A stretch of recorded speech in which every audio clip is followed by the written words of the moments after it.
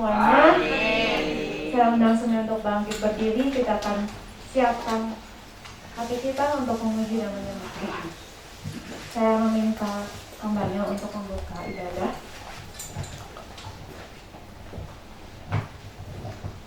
Bapa, sekali lagi kami datang kepadamu mengucap syukur dan terima kasih untuk apa yang kau sudah kerjakan di dalam kehidupan kami, penyertaan-Mu, pertolongan-Mu, perlindungan-Mu.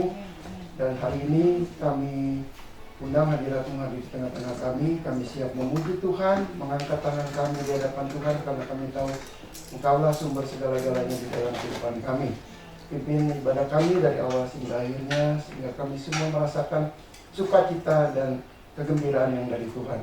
Terpujilah nama Tuhan. Kami buka ibadah ini di dalam nama Yesus. Kami berdoa dan mengucap syukur. Amin. Saudara percaya hanya ada satu nama, yaitu Yesus. Dan Dia berkuasa atas segala kuasa. Amin.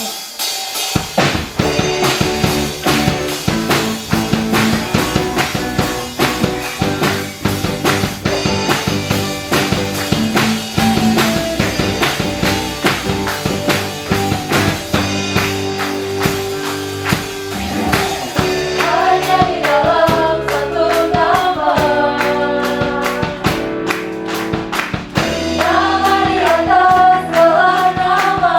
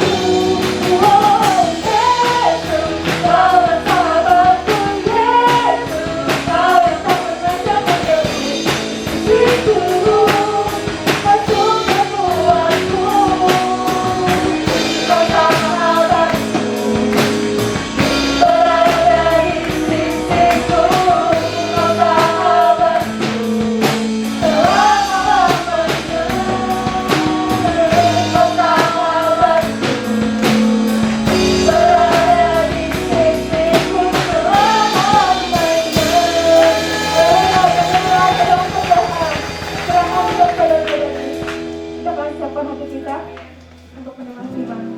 Haleluya, Yesus.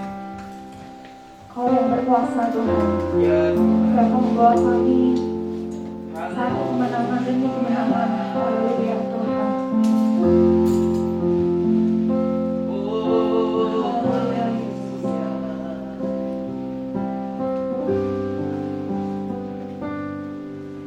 Tuhan, hanya kepadamu ku dapat selalu berharap. Kau takkan pernah membiarkan ku bergumul sendirian di dalam kelemahanku. Kuasa-Mu jadi sempurna. Kau takkan pernah tinggal diam untuk memberi pertolongan. Tuhanku berkuasa untuk melakukan perkara yang besar, ya ajaib bagiku. Tuhanku berkuasa untuk memberikan kemenangan besar di dalam hidupku. Katakan di dalam kelemahanku, di dalam kelemahanku, kuasa-Mu jadi sempurna. Kau takkan pernah tinggal diam untuk memberi pertolongan.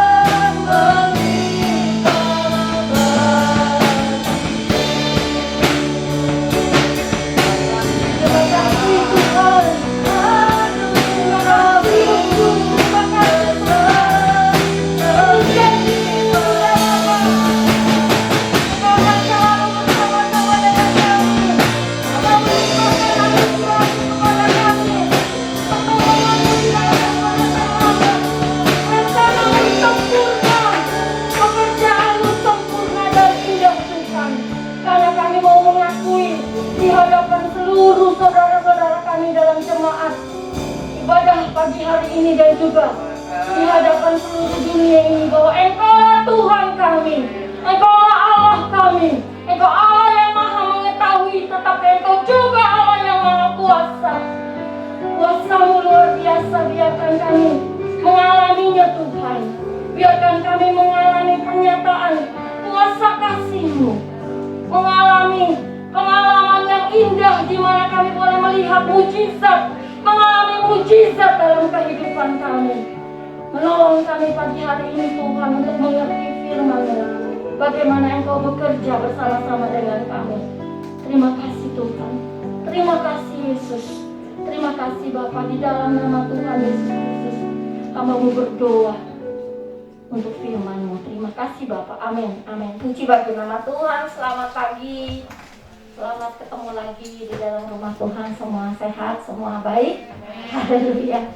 Pagi hari ini kita mau sama-sama belajar, saudara. Saya bawakan apa yang mau saya bagikan kepada saudara-saudara dengan satu tema. Temanya adalah turut bekerja. Turut bekerja. Ayatnya di dalam Roma 8 ayat 28. Mari kita buka bersama-sama dan kita mau baca bersama-sama ayat yang sudah tidak asing buat kita semua, yang sudah biasa, mungkin ada yang sudah hafal luar kepala ya ayat ini di dalam Roma 8 ayat 28. Kita sama-sama baca bersama-sama dengan suara yang kalau saudara nggak malu-malu ya, biarkan suara dari yang keluar dari mulut saudara bisa terdengar di kuping ya. Oke, di kuping saudara, kuping teman saudara ya. Oke, Roma 8 ayat 28. 1, 2, 3. Kita tahu sekarang bahwa Allah turut bekerja dalam segala sesuatu untuk mendatangkan kebaikan bagi mereka yang mengasihi Dia, yaitu bagi mereka yang terpanggil sesuai dengan rencana Allah. Saudara, ayat ini bilang Allah turut bekerja. Jadi ada satu pekerjaan dan Allah ikut kerja gitu ya.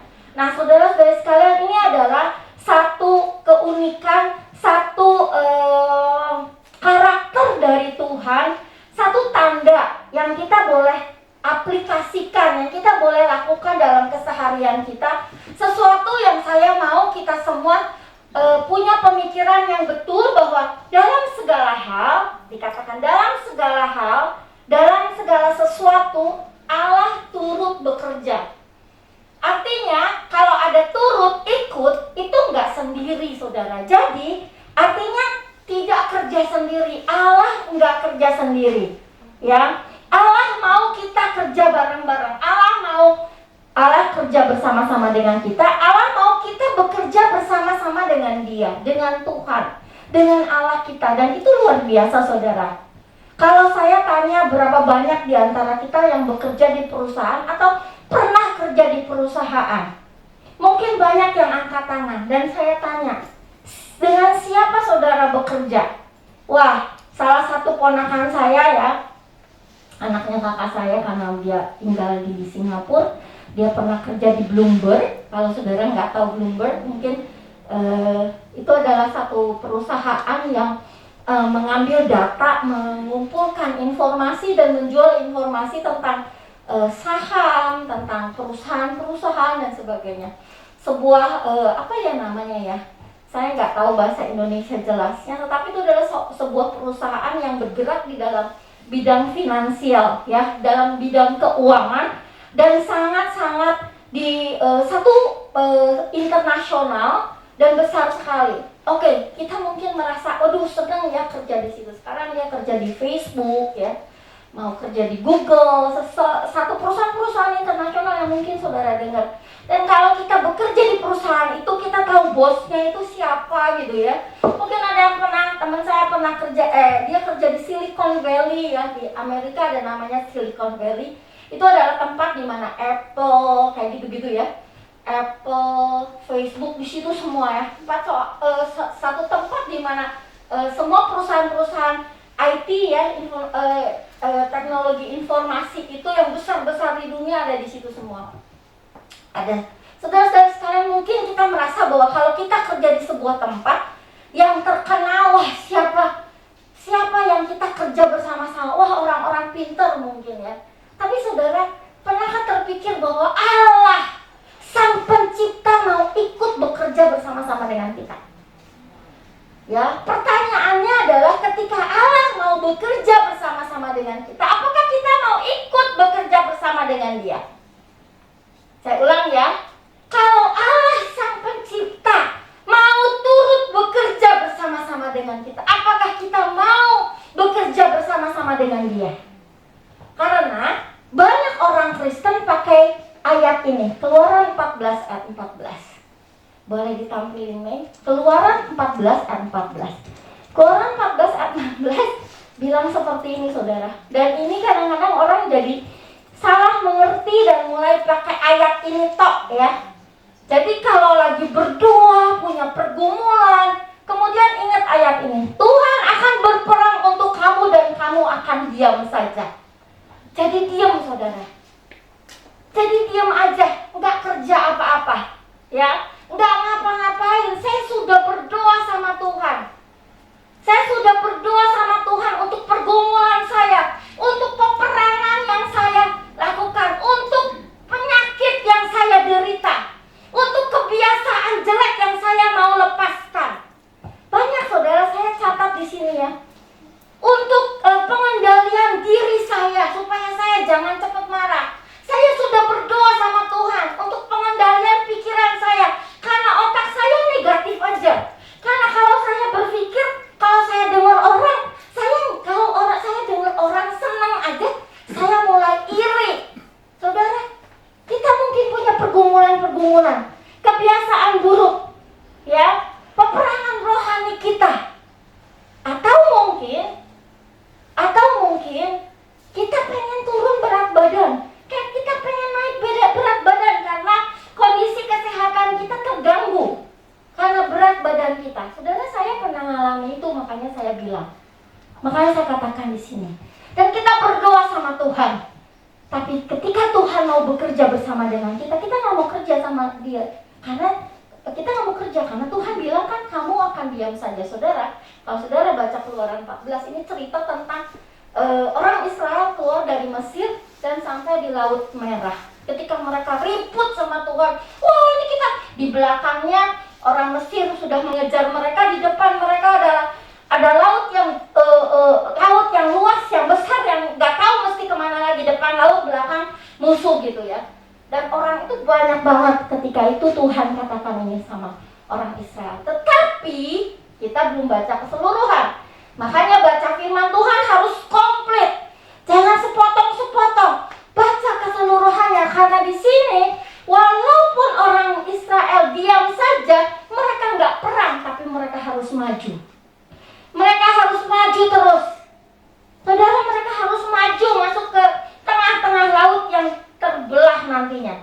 Musa harus membawa orang Israel. Musa harus mengangkat tongkatnya dan membelah Laut Merah itu. Saudara, membelah Laut Merah bukan pekerjaan. Pekerjaan itu nggak ada orang yang bisa kerjain sekarang. Tetapi Musa harus bekerja. Orang-orang Israel harus jalan maju.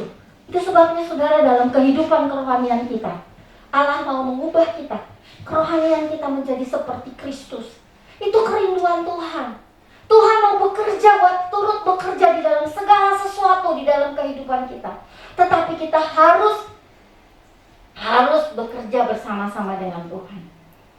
Kenapa? Waktu Tuhan bekerja sama dengan manusia, waktu Tuhan bekerja sama, saya mulai membayangkan atau membandingkan, karena saya masih bekerja dan saya kepala divisi ya, kepala divisi ya, terserah namanya apa. Tetapi ada banyak orang di bawah saya, dan puji Tuhan, saudara, kalau kita di dalam Tuhan, Tuhan akan jadikan kita kepala dan tidak ekor, ya. Dan kita akan naik terus. Udah jadi kepala, naik terus, saudara. Saya punya satu divisi, saya dikasih lagi divisi yang bos saya bilang, ini tag sama kamu, attack sama kamu, karena kamu harus beresin departemen ini. Jadi saya harus pegang 2 departemen. Tahun yang akan datang departemen saya dibuat lebih besar, mencakup lebih besar kerjaannya. Karena apa, saudara? Saya Saya mau kasih tahu bahwa Tuhan, apa yang Tuhan bilang di dalam Alkitab itu ya dan amin. Kalau kita percaya sama Tuhan, kalau kita tidak tinggalkan Tuhan, kita akan terus maju. Walaupun saya sudah usia pensiun, saudara, saya nggak tahu sekarang pensiunnya mau kapan, benar-benar pensiun. Karena melihat pekerjaan yang terus-menerus Tuhan tambahkan kepada saya. Dan saya tidak takut karena Tuhan beserta dengan saya. Sebab itu mari biarkan kita mau gini, Tuhan turut bekerja, manusia bekerja sama Tuhan, gitu ya. Nah saudara, saya punya project karena saya bilang sama anak-anak buah saya nggak akan kerjain hal-hal yang kecil, itu kerjaan kamu. Saya bilang, yang saya kerjakan adalah berpikir gimana strategi buat segala sesuatu. Kemudian karena saya harus mengerjakan ada satu project yang besok saya akan mulai. Di project itu, yang berpikir itu saya bikin strategi saudara, saya bikin rencana. Jadi ketika Tuhan turut bekerja, kadang-kadang kita pikir kayak gini, Tuhan yang akan berperang, Tuhan yang kerja. Saya kerjanya sedikit-sedikit aja. Terus seringkali coba pikir, benar nggak saya? Kalau saya salah, puji Tuhan. Tapi kalau saya benar, kalau apa yang saya pikirin, karena saya pernah, jadi saya ngomong gini. Tapi kalau saudara nggak pernah kayak saya, puji Tuhan. Tapi kalau saudara pernah kayak saya, mari kita rubah. Waktu saya bilang sama Tuhan, Tuhan tolong saya, Tuhan saya perlu Tuhan tolong saya perlu Tuhan kasih tahu apa yang saya harus lakukan. Kemudian saya bikin rencana, gini loh Tuhan, menurut saya mah harusnya begini. Terus kesini, Tuhan gerakkan hati dia ya, dia nih, si ini, namanya ini. Biar dia kalau saya minta pertolongan, dia kerjain buat saya full-fullan. Kayak gitu-gitulah istilahnya. Kita mau bekerja bersama dengan Tuhan, tapi kita yang ambil kontrol. Rencananya rencana kita. Itu salah saudara, nggak akan berhasil. Nggak akan berhasil. Kenapa? Lah rencananya harus rencana Tuhan. Bayangkan orang Israel mau maju lewat Laut Merah. Pernah nggak terpikir sama orang Israel bahwa Laut Merah akan terbelah, bahwa di tengahnya akan kering, bahwa mereka akan lewatin itu, bahwa itulah jalan keluar buat mereka? Nggak pernah terpikir, bukan? Nggak pernah terpikir. Allah lah yang maha tahu. Kita bilang, ya Tuhan, Engkau Allah maha tahu. Tapi besok lusa harus gimana, kita atur Tuhan. Bukankah kita ngomong tapi kita nggak mudeng gitu ya, orang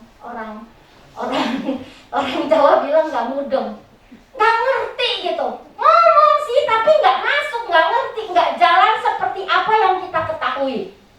Ya, seringkali kita tahu saya mau turun berat badan, artinya saudara, kita harus kurangin karbohidrat. Karena karbohidrat itu jadi gula, jadi lemak gitu ya. Jadi gula dan itu nggak bagus. Artinya kurangin karbo. Tapi senang makan nasi bukan main. Roti. Nah, kalau kita tahu tapi kita nggak stop, nah itu sama saudara. Kita tahu bahwa Tuhan maha tahu, tapi kita masih khawatir. Besok gimana? Atau udah gimana? Kita bilang Tuhan maha tahu. Dan saya bilang ini nggak aneh. Jadi kalau saudara merasa bahwa, tapi saya gitu loh Lis, nggak aneh. Saya dulu juga gitu. Maka dari itu, nanti ada peran Roh Kudus untuk menolong kita. Ya, ada peran Roh Kudus di sini untuk menolong kita. Itu sebabnya Tuhan kasih sang penolong Roh Kudus, karena dia tahu kita seperti itu. Kemudian yang kedua, kenapa rencananya harus rencana Tuhan? Karena Tuhan yang Maha Kuasa. Tuhan Maha Kuasa, ada hal-hal yang tidak bisa kita lakukan. Contoh, kita bergumul karena anak kita misalkan nggak mau sekolah, lulus SMA nggak mau sekolah, lulus SMP nggak mau sekolah. Saudara, tidak ada yang bisa gerakkan hati anakmu, walaupun dia keluar dari kandunganmu. Nggak bisa saudara, nggak bisa kita rubah cara pikirnya, nggak bisa saudara. Ibu-ibu nggak bisa, percaya sama saya, nggak bisa.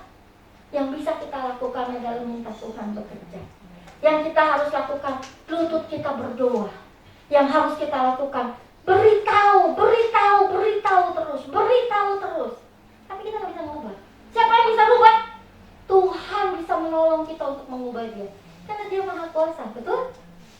Tuh saudara mungkin sekarang saudara ada dalam pergumulan.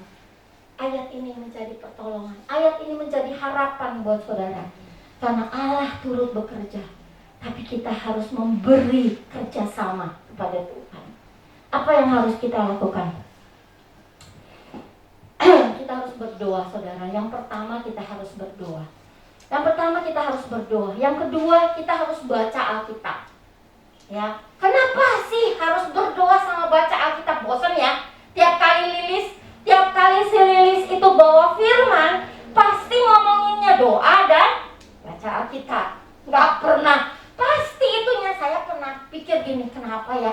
Setiap kali saya nulis, pasti terakhirnya saya bilang harus doa, harus baca Alkitab. Langkahnya apa? Doa, baca Alkitab. Karena itu memang langkah dasar kita sebagai orang-orang yang percaya kepada Kristus. Berdoa dan baca Alkitab. Kenapa baca Alkitab? Berdoa udah tahu ya, menaikkan permohonan kita kepada Tuhan, bertanya kepada Tuhan, apa rencanamu Tuhan? Tetapi baca Alkitab, kenapa harus baca Alkitab? Ada yang jawab saya mungkin seperti jawaban saya zaman dulu. Zaman sekarang saya beda jawabannya. Tapi zaman dulu kalau saya ditanya kenapa harus baca Alkitab, mau cari kehendak Tuhan, baca Alkitab. Kenapa? Karena di dalamnya itu loh ada rencana Tuhan buat kita. Tapi saya bilang, saya belajar lebih dalam lagi saudara. Lebih dalam lagi. Dan ini saya lagi ajarin di esensi yang saya pimpin tiap hari Rabu. Sekarang setiap hari Rabu, karena kalau 2 minggu sekali kita lagi coba ya. Walaupun agak susah, kita lagi coba tiap hari Rabu. Jadi yang sudah punya esensi nggak apa-apa, nggak ikutan esensi. Tetapi yang belum punya esensi dan tertarik untuk ikut esensi saya, hari Rabu jam 7 ya. Nanti tinggal minta linknya, saya kasih linknya. Japri ke saya, kalau nggak punya nomor saya di grup juga boleh ya. Nah, saudara-saudari sekalian, saya mengajarkan, saat ini saya lagi ngajarin, lagi sama-sama belajar ya. Sharing, saya belajar, kemudian saya ajarin lagi gitu ya. Mengajarkan supaya kita masing-masing belajar Alkitab secara pribadi. Kita suka bilang baca Alkitab, tapi sekarang 1 langkah, 2 langkah, 3 langkah lebih dalam merenungkan firman Tuhan itu apa? Mempelajari firman Tuhan secara pribadi. Jadi nggak bareng-bareng. Jadi kalau lagi sendirian, lagi udah mau tidur, keingat, oh iya ya pengen belajar firman Tuhan, baca harus gimana? Karena yang namanya belajar harus ada catatannya, nggak boleh ada catatannya. Dan kita sedang belajar Gideon ya di Hakim-Hakim. Karena setiap kali pelajaran ini saya harus biar mereka terus ingat, jadi saya tiap minggu. Jadi kalau saudara mau ikut boleh hari Rabu, setiap hari Rabu jam 7 lewat Zoom. Nah, saudara-saudari, waktu saya belajar, kenapa kita harus belajar firman Tuhan? Kenapa kita baca Alkitab buat apa sih? Buat apa sih kita baca Alkitab? Supaya kayak lagu ya. Maka perkataanmu telah kutaruh dalam hatiku supaya jangan aku berdosa padamu. Jadi baca Alkitab supaya kita jangan berdosa sama Tuhan. Gimana caranya jangan berdosa sama Tuhan tuh?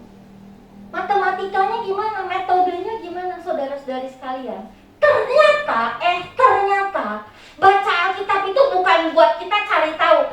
Mau gimana ya? Ayo buka sambil tutup matanya terus dibuka-buka. Oh ini ayat buat saya. Bukan gitu saudara. Ternyata baca Alkitab itu tujuannya adalah untuk mengenal Tuhan.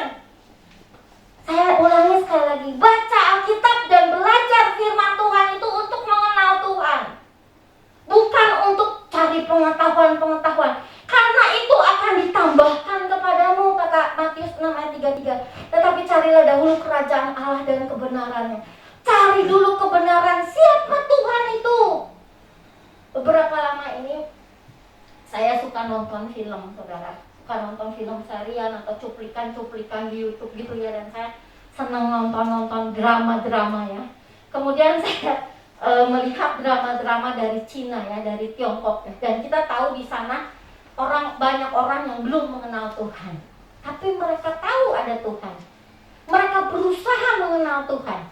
Dan saya langsung ingat cerita di Kisah Para Rasul ketika Petrus masuk ke sebuah kota. Mereka sedang menyembah satu tempat di mana mereka tulis kepada Tuhan yang tidak yang tidak kami kenal. Dia tahu ada Tuhan tapi tidak mengenal. Saudara-saudara punya Alkitab, baca, pelajari. Punya kerinduan untuk bisa belajar firman Tuhan. Punya kerinduan kalau ada Bidstone, ada renungan, saya bisa kasih renungan. Ini, itu mah pendeta, itu mah Lilis, itu mah yang pintar-pintar aja. Enggak, saudara. Belajar firman Tuhan sehingga kita bisa melakukan kehendak Tuhan.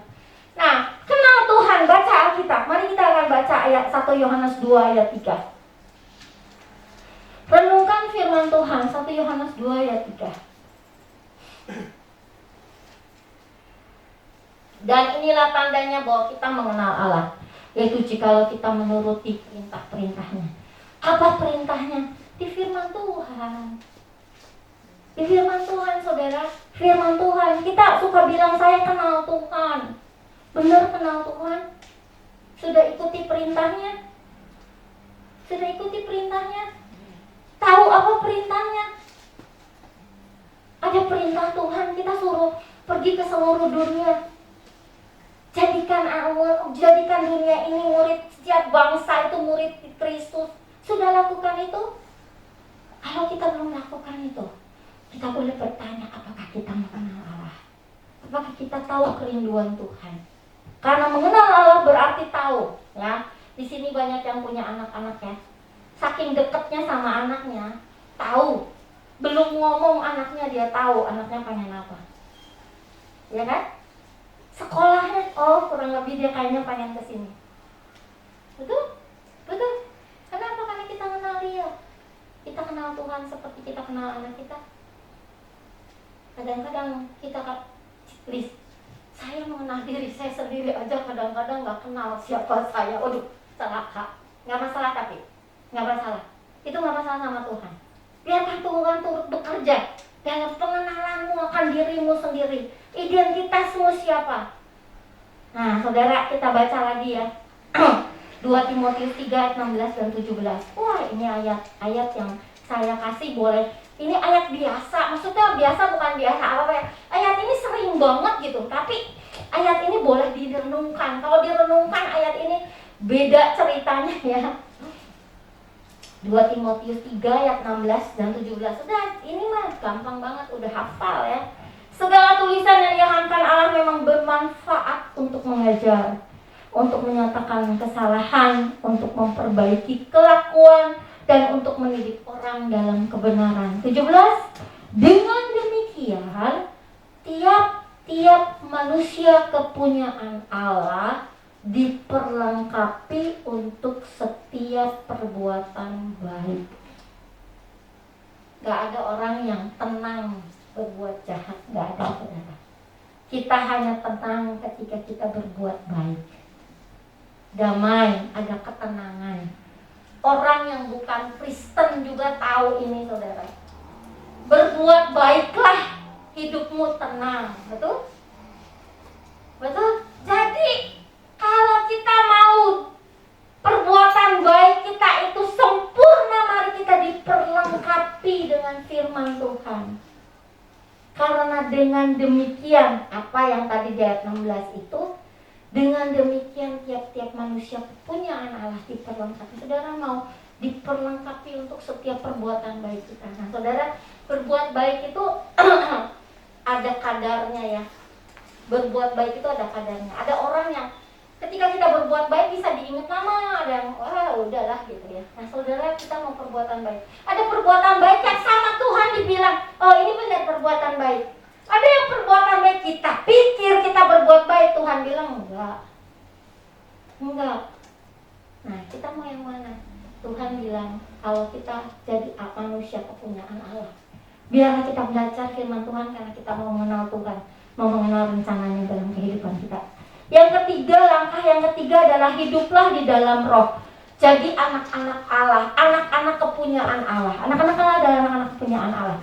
Saudara, saya nggak akan baca ayat ini, tetapi saudara boleh catat rumah. Renungkan di rumah, berdoa Roh Kudus tolong saya mau merenungkan firman Tuhan, saya mau mengenal Allah, saya mau mengenal Tuhan.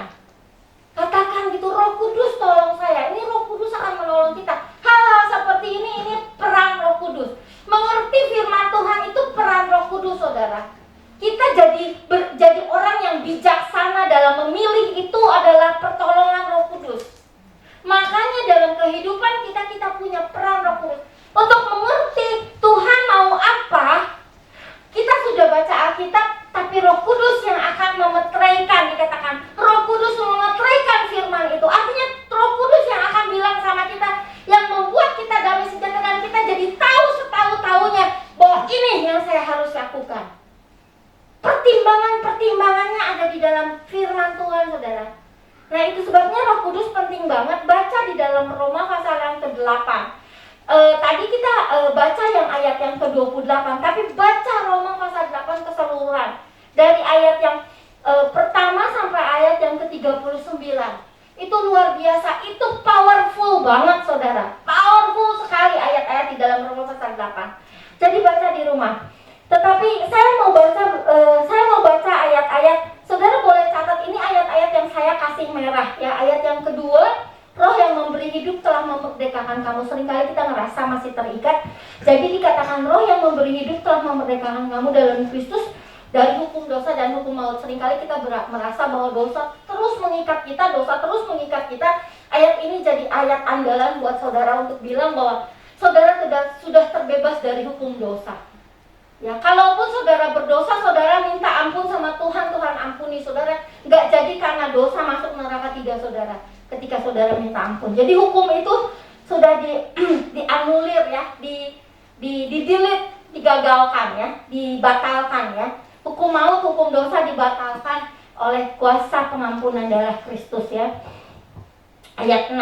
Karena keinginan daging adalah maut, tetapi keinginan roh adalah hidup dan dalam damai sejahtera. Kenapa saya tulis ini? Karena saudara, saya sering berpikir bahwa saya sering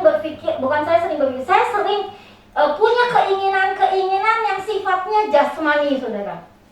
Keinginan sifat jasmani, dan otak saya, pemikiran saya harus setel.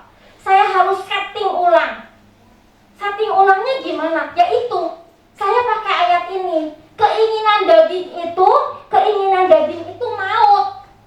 Jadi keinginan saya, kalau ada keinginan, saya mau mulai disaring sama saya. Ini keinginan daging atau keinginan roh? Kalau ini keinginan daging, sampai di mana saya harus ikutinya itu saya harus tahu gitu. Saya akan bisa setel itu karena pikiran saya, otak saya di-setting pakai ayat ini, saudara. Roh Kudus, saya bilang Roh Kudus setting ayat ini. Makanya apa yang saya pikirkan sekarang, saya berusaha minta tolong sama Roh Kudus, minta Roh Kudus memimpin saya untuk semuanya tentang yang di atas, perkara-perkara yang di atas, bukan yang di bawah. Bukan soal berapa punya uang di bank, gak jadi soal. Yang penting bagaimana saya memberikan hidup saya untuk menginspirasi banyak orang. Nah, saudara, ada ayat-ayat lain. Ayat 11 itu yang jadi yang saya kasih garis karena saya bilang kalau roh yang membangkitkan Kristus luar biasa, powerful, amazing gitu ya. Ya, ajaibnya bukan main gitu. Ini luar biasa. Kuasanya melebihi dari super power dimanapun juga. Ya, superhero dimanapun juga nggak punya power yang bisa membangkitkan Kristus dari antara orang mati. Kuasa yang sama Tuhan taruh di dalam diri kita. Bukankah kuasa itu besar? Kalau kita punya pergumulan, bukankah kuasa itu bisa menolong kita? Makanya hidup di dalam roh adalah memberi peran kepada roh seutuhnya untuk bekerja di dalam kita dan melalui kita. Ya, itu. Yang keempat adalah kalau sudah berdoa, sudah kenal Tuhan dengan baca Alkitab, merenungkan firman Tuhan, rajinnya hidup di dalam roh, jadi anak-anak Allah seperti Roma pasal 8. Yang keempat, bertindaklah, bekerjalah, kerjakan pekerjaan keselamatanmu, dikerjakan. Artinya apa? Saudara, ini exercise. Kalau tadi sudah makan, sudah minum, sudah tidur, misalnya istirahat, bekerja saudara. Bekerja, yang masih muda-muda kan kita suka bekerja. Ya, yang sekolah, anak sekolah itu pekerjaanmu. Kalau ditanya mahasiswa itu occupation-nya, pekerjaannya apa mahasiswa. So yang anak-anak masih belajar itu pekerjaanmu. Jangan anggap enteng, itu pekerjaanmu. Sedari engkau muda, bahkan anak-anak sekolah minggu yang dari SD. Sekolah itu pekerjaanmu. Engkau mulai bekerja di hadapan Tuhan. Pekerjaanmu.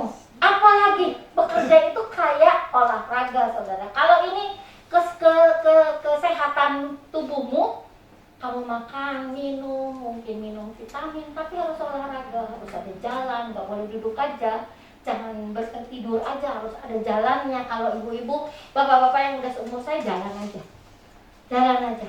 Banyak di YouTube ya, di YouTube, Facebook dan sebagainya, ada apa? Senam orang tua, senam anak muda, ya, ada ikutin. Yang suka dansa, ikutin dansa. Yang suka TikTok. Ya, enggak, tapi maksudnya adalah kita mulai bekerja. Kita mulai kerjakan keselamatan kita. Gimana seperti olahraga, saudara. Olahraga itu harus ada disiplin, ada kemauan. Pagi kemarin, tiap Sabtu saya biasanya suka pergi jalan, saudara. Kemarin kan hujan ya. Saya nggak pergi, kenapa? Malas hujan. Malas hujan gitu ya. Kita bisa malas seperti itu. Kalau mau olahraga, kemudian saya bilang sama suami saya, kayaknya mulai pertimbangan deh beli alat untuk lari dan jalan di rumah. Tapi kemudian saya lihat di Facebook, ada orang ini untuk olahraga, cuman berapa menit saya ikutin, haheho saudara di rumah, loncat, haheho ya. Ibu-ibu yang tua jangan loncat-loncat, saya loncat aja kakinya mulai sakit ya, jangan, jalan aja. Oke. Jadi harus ada exercise, bertindak, bekerja. Ayo kita buka Filipi 2 ayat 12, Yakobus 2 ayat 26. Waktu saya nggak terlalu banyak lagi. Saya akan tutup dengan satu cerita. Sebenarnya saya ada 3 cerita. Saudara boleh catat kalau mau, tapi saya mau ambil satu cerita aja. Tetapi sebelum ini, mari kita lihat bertindak atau bekerja. Filipi 2 ayat 12 dan Yakobus 2 ayat 26. Filipi 2 ayat 12 bilang seperti ini. Hai saudara-saudaraku yang kekasih, kamu senantiasa taat. Udah taat kan? Udah doa, udah baca Alkitab, udah ke gereja, udah hidup di dalam roh, berdoa terus, belajar terus. Nah, kalau hidup di dalam roh akan menolong kita bahwa kita harus bertindak. Karena itu tetaplah kerjakan keselamatanmu dengan takut dan gentar. Bukan saja seperti waktu aku masih hadir, tetapi terlebih pula sekarang waktu aku tidak hadir. Mau lagi pandemi nggak pandemi, lagi gereja dibuka atau gereja lagi ditutup, lagi hari Senin atau Selasa atau Rebo, Kamis, Jumat, Sabtu, jangan cuma hari Minggu aja lagi di gereja dengar firman Tuhan baru menggebu-gebu saudara. Setiap hari, karena kita berdoanya setiap hari, bukan? Pasti kalau berdoa benar-benar kenal Tuhan, belajar baca Alkitab betul-betul, hidup di dalam roh betul-betul, saya percaya nomor 4 mah gampang.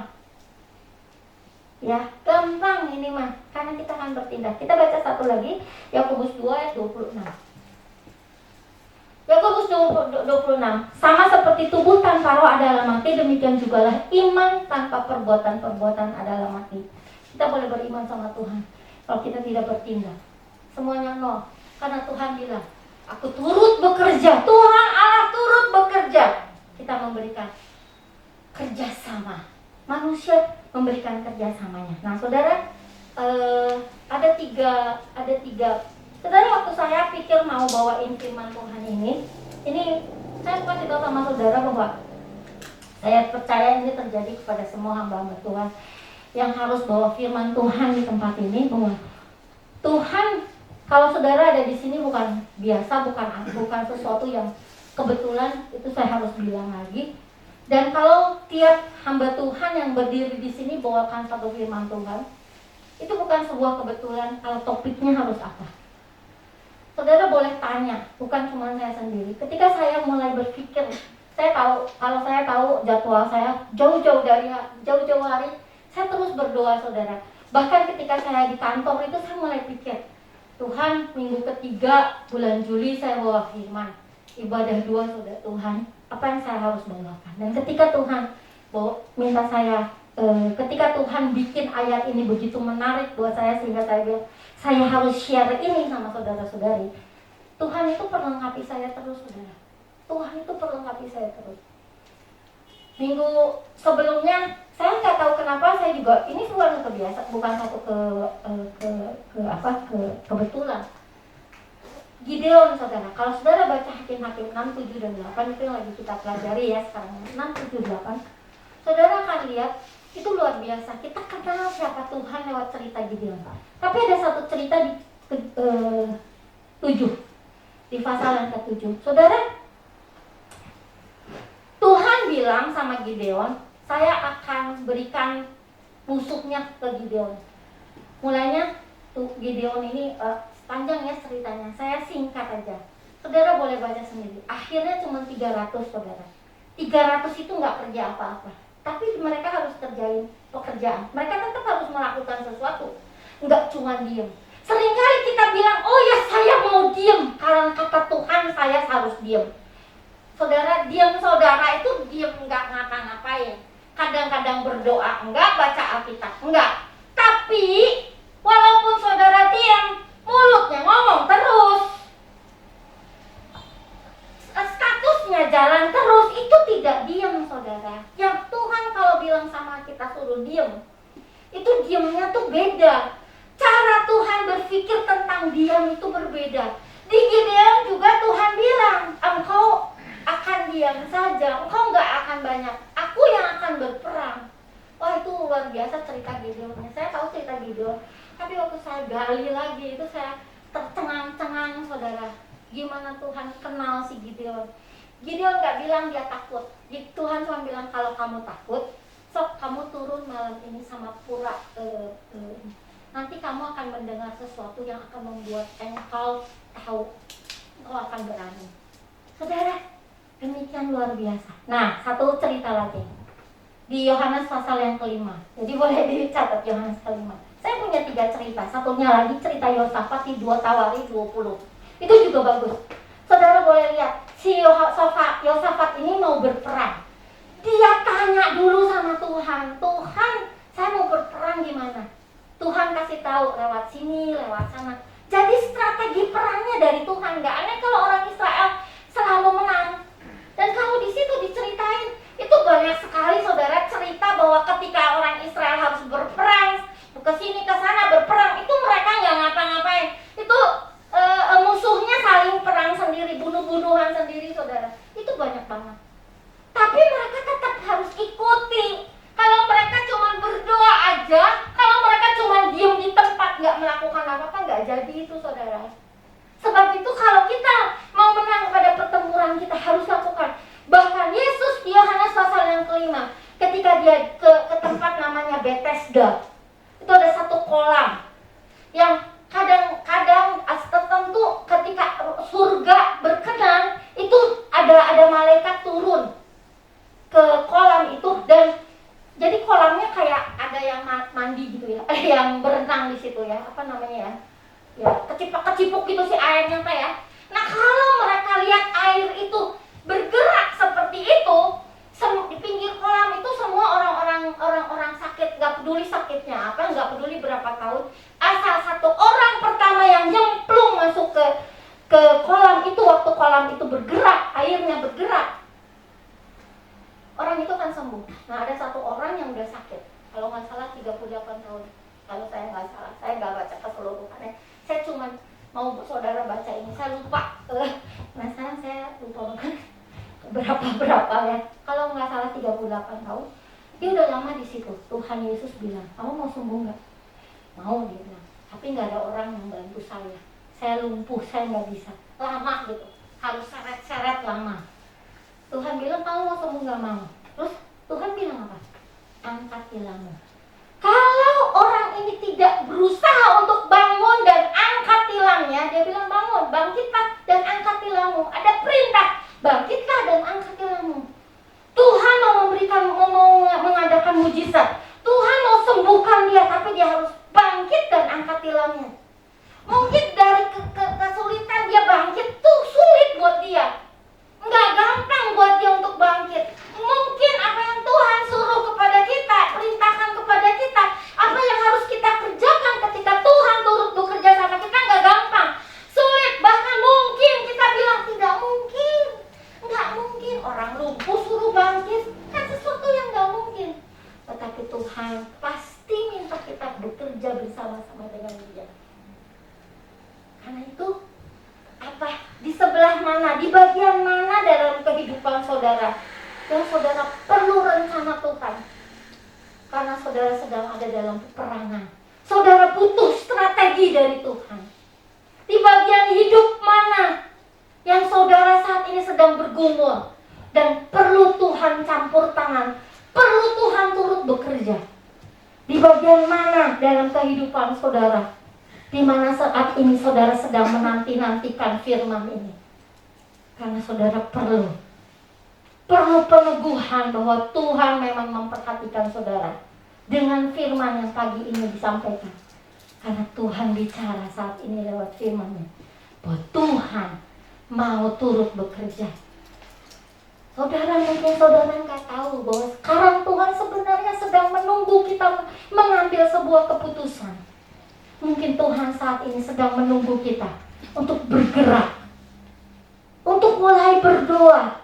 Dan kalau saudara sudah berdoa, mungkin Tuhan sedang menunggu untuk memberikan firman-Nya.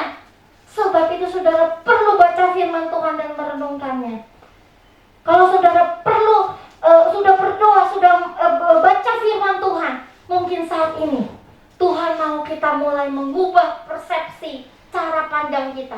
Sehingga ketika kita mengalami masalah, mulut kita diam.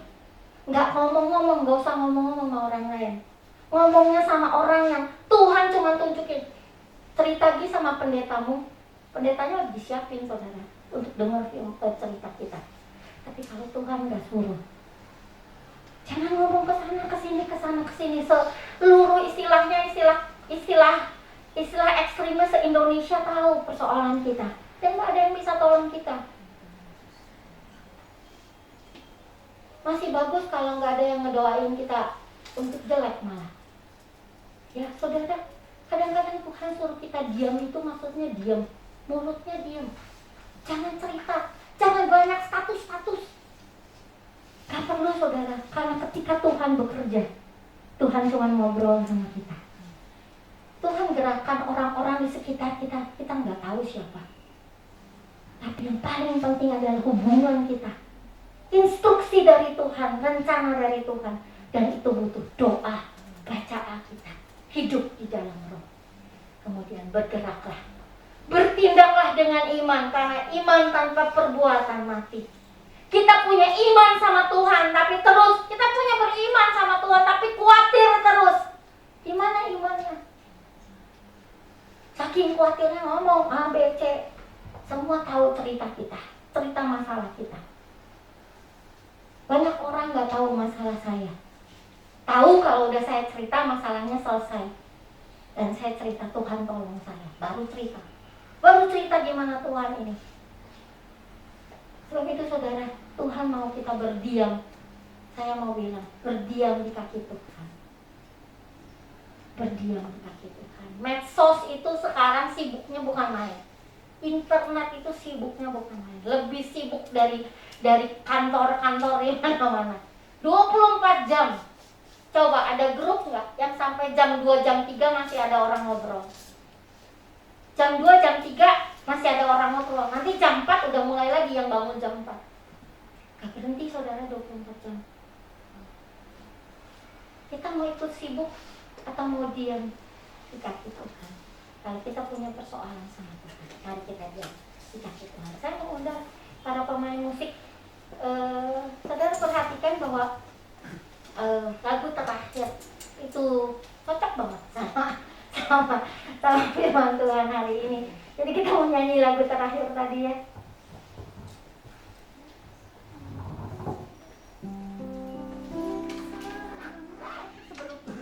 Sebelum lagu itu, sebelum kor ini ada kor satu lagi apa ya?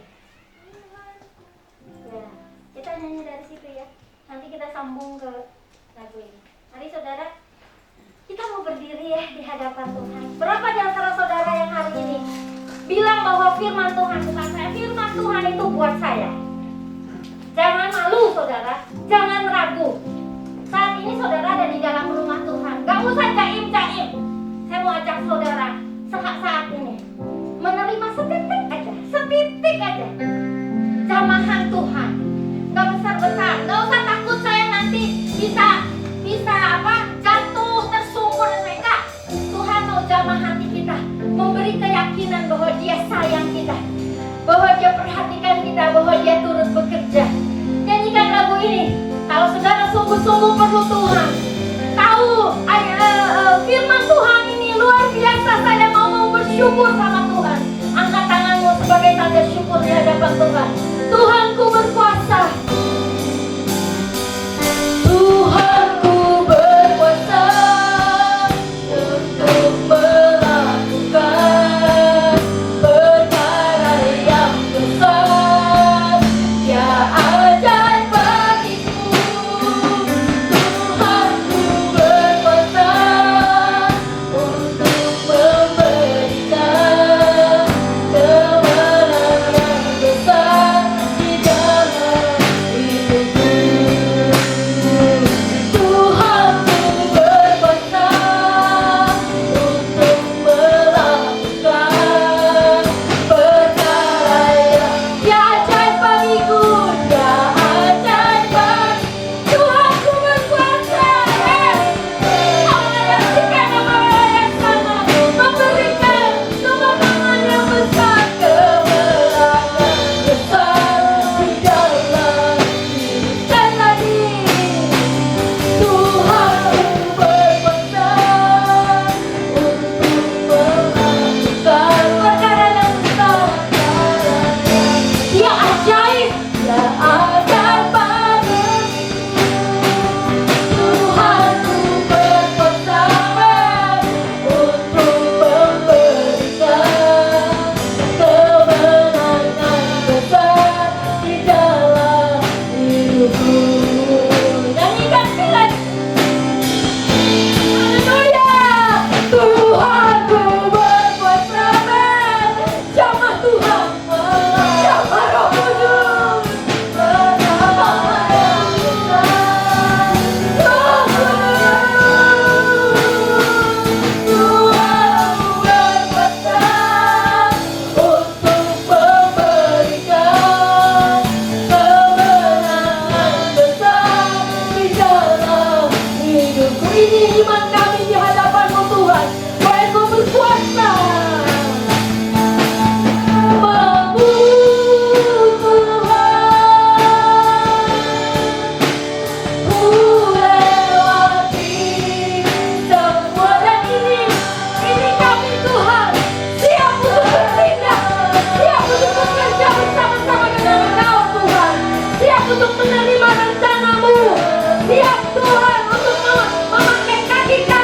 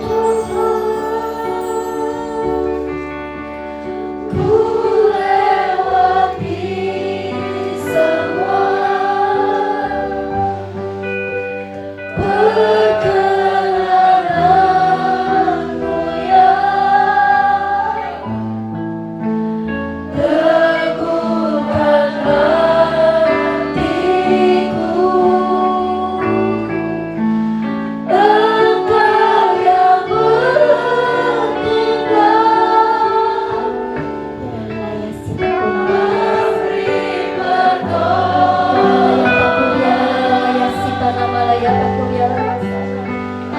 Ina maalaya takiria lalaya tika nama alaya sana. Ina karia lalaya situ ana malaya takara laya sana. Sementara lagu ini akan dinyanyikan dengan perlahan, saya mau mengundang setiap orang yang sungguh-sungguh memerlukan Tuhan menjamah engkau, memerlukan Tuhan memberitahu kepadamu rencanamu, rencana Tuhan di dalam kehidupanmu. Saat ini engkau perlu Tuhan kasih tahu apa yang engkau harus lakukan. Saya mau engkau angkat tanganmu tinggi-tinggi, gak sepotong-sepotong tapi tinggi-tinggi. Saya tidak akan lihat, tidak ada orang yang akan lihat saudara. Ini urusanmu dengan Tuhan, tapi Tuhan bicara. Tuhan mau jamah engkau saat ini.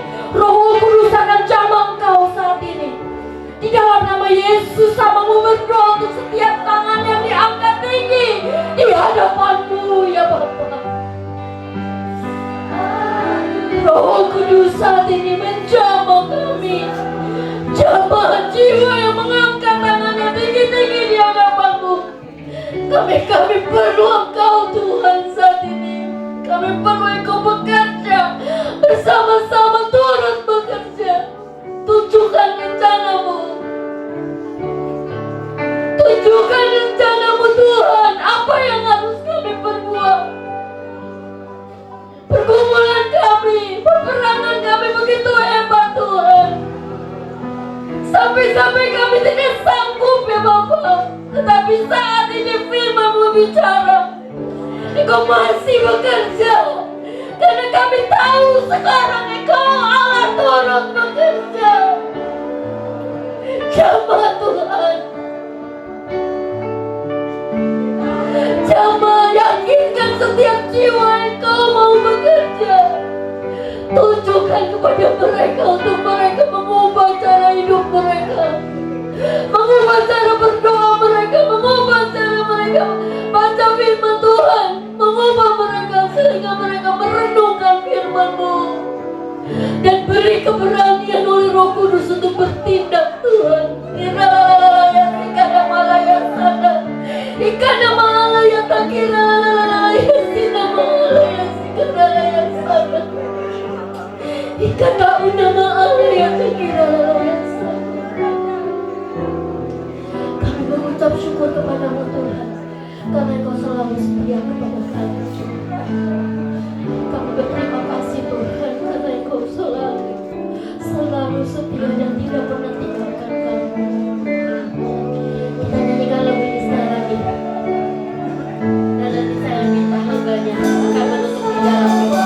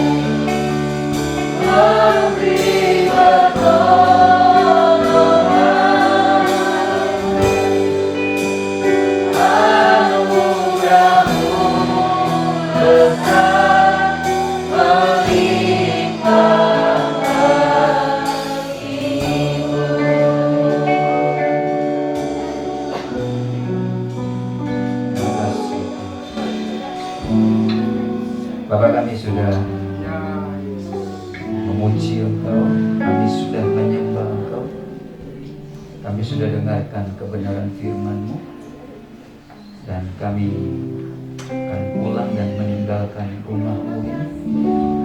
Hari ini atau besok kami akan kembali melakukan segala aktivitas kami, dan kami tahu Tuhan akan kerja bersama dengan kami. Engkau akan memberkati semua pekerjaan kami. Engkau akan memberkati studi kami. Engkau akan memberkati rencana-rencana kami.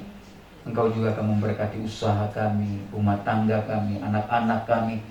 Engkau juga akan memberkati semua orang-orang yang sedang kami doakan di dalam pokok-pokok doa kami. keluarga besar GSD Efrata ini Tuhan berkati terus. Biarkan bangkitkan iman mereka di tengah-tengah dunia yang semakin tidak menentu ini, yang tidak penuh, tidak kepastian ini. Oleh sebab itu firman-Mu yang pasti, kebenaran-Mu pasti, mengiring Tuhan pasti, dan pertolongan-Mu juga pasti, berkat-Mu juga pasti dalam hidup kami. Terima kasih Bapa di dalam surga, kami akan tinggalkan tempat ini dan kami akan memberikan persembahan kami. Kami bawa persembahan ini di hadapan-Mu dan berkat-Mu di atas persembahan kami.